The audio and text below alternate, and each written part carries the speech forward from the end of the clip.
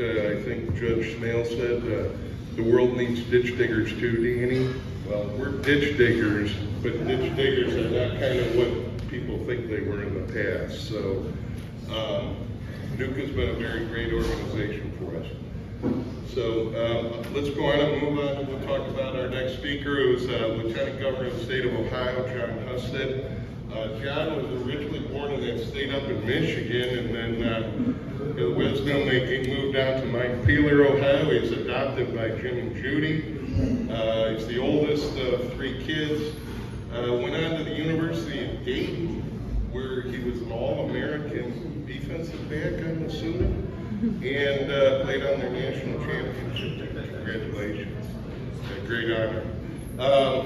Then he started into his career in public service, and originally was with the county commissioner in Montgomery County, and then he became a member of the state of Ohio Representatives, 41st District, moved on to the Ohio Senate, and then served as the 53rd Secretary of State from 2011 to 2019. I think you're one of the youngest ever to serve there.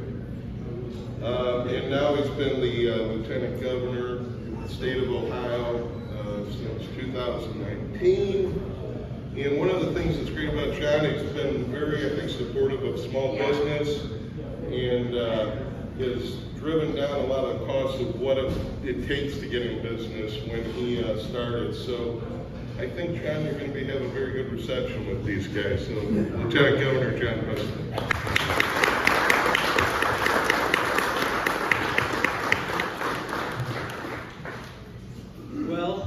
Great to be with you this morning, but I know that everybody loves a good public policy talk when they got a cooler full of beer and a golf course out there. And my advice to you is just to swing as hard as you can. That's usually good. Wonderful to be with you today. I'm Jon Husted. I'm the Lieutenant Governor, and I've served with Mike DeWine, who's our governor, and we have been focused a lot on the things that you do. I will tell you, over the last 48 hours, I have been very, very focused on things going on in Washington, D.C., and some good things happened because the CHIP Act passed, and the CHIP Act is going to help finance the reshoring of the computer chip industry to America. Right now, we make 0% of the most advanced computer chips in the world. China and Taiwan and South Korea are where we have to depend on for those, and now we're not only going to make them in America, we're going to make them in Ohio. And this will enhance the building of Intel's plant that they will build just south of here. It will be an original first phase $20 billion investment in building the largest, most advanced semiconductor production facility on the planet. And it will lead in the first phase to 20,000 jobs. And we hope that they will build 5 phases of that, each phase being 20,000 jobs and $20 billion investment. So Ohio's future is very bright. But to win projects like that, we have to have a great infrastructure and a great business environment. Ohio has a great infrastructure. Recently, CNBC talked about our infrastructure when rating the best states to do business in Ohio, ranked number 2 in the country. And we are continuing to invest in those projects. We're putting money in brownfield reclamation, in demolition of buildings that are no longer suitable for people to be in them, that have asbestos and other issues.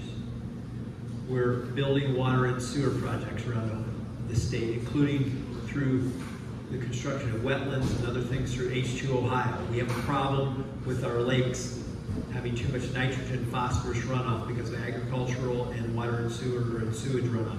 We're building an entire ecosystem to improve that, create more wetlands, more wildlife, more spaces to hunt and fish, but also improving our water quality, and we have to do it by building the infrastructure around that. We're doing those kinds of things in Ohio. And we just recently committed, any of you live in rural Ohio and have any trouble with broadband? Well, we're trying to fix that in our state. We committed with a private-public partnership recently $500 million to build in the most hard-to-reach parts of our state, particularly particularly in eastern southern Ohio, a $500 million broadband initiative that will extend broadband to 240,000 Ohioans who currently don't have it. And we have 2 years to get it done. We have a commitment that we're going to build all this in 2 years, which some of you will be doing that. And with all of this, look, Ohio right now, you should just know this, we're creating jobs faster than we can find people to fill them. If you went to ohiomeansjobs.com today, you would see there are 240,000 jobs approximately that are open. About 140,000 of them pay $50,000 a year or more. We have 44,000 people on unemployment.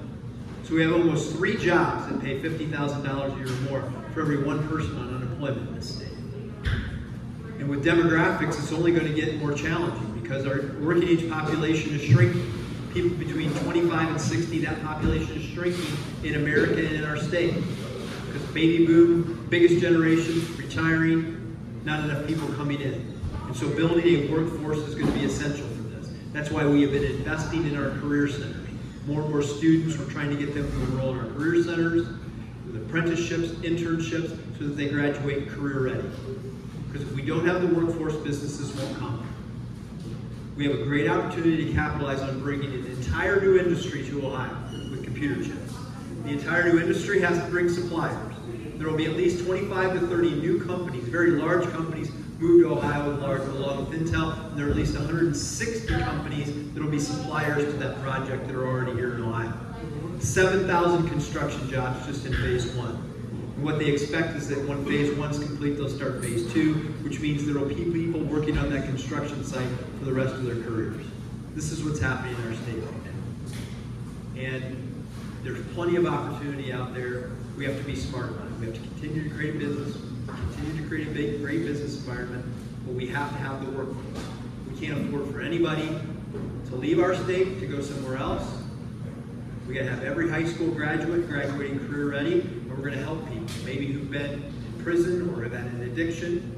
We got to get them back off the bench and into the game and doing productive things with their lives, and we're building systems around doing that. So I know the NFL season's about ready to start. I know half the guys in the audience are watching to see if Tom Brady's going to have a center.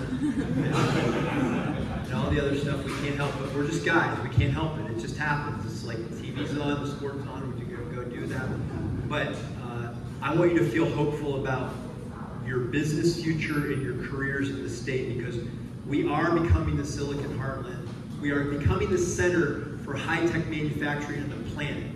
We're already great at manufacturing. We're gonna have the largest production facility that makes the most important high-tech manufactured product in the world, a computer chip. We're gonna make more of them here within the next 15 years than any other place on the planet.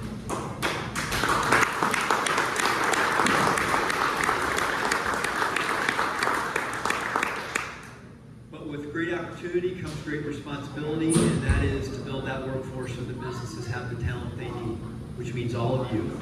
And so we all have to be great at this. Business can't just say, well, it's up to education to do this, because education can't do it without talking to you.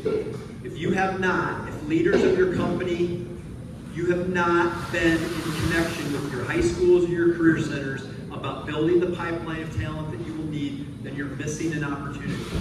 Right now, most of our career centers are full. That's great news. Even 5 years ago, career centers would not be full. Today, they're full because people realize you don't need to go to college to have a great career. It's usually a technical skill that gets you into the workforce and is going to create the opportunities for you. So, great to be with you today. Enjoy your day. Drink a lot of beer and swing hard. That'll work out well for you. The winner can pour it all on that trophy over there. Drink it down, all right? Have a great time. Be careful. Have a wonderful weekend. Good to be with you.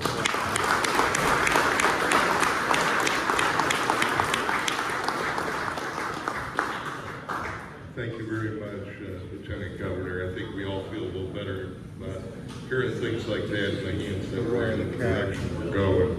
So we are going to go out now to down here, because we always get a big group photo shot to put out on our social medias and all that good stuff that we're going to do now. if we can all kind of matriculate in about 5-10 minutes, meet down here, and then we can get out on the course maybe a little earlier.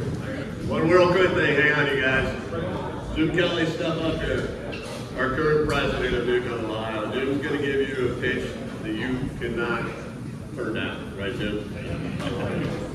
We want to thank everybody for coming out today, appreciate it. Bill Cassidy is in the back here by the steps. He is our new marketing director, trying to get new people involved in Duke. If you guys have somebody that you know, get a hold of Bill, trying to build membership. One of the things in an organization like this, post-COVID, we've got to kind of rebuild what we've been doing with a group of people, get more people involved to make the organization grow and be a little bit more solid. We've got a few other events that we're going to try and plan this later on this year. Hopefully with COVID being over, we can get a few more group things together. We usually meet on Wednesdays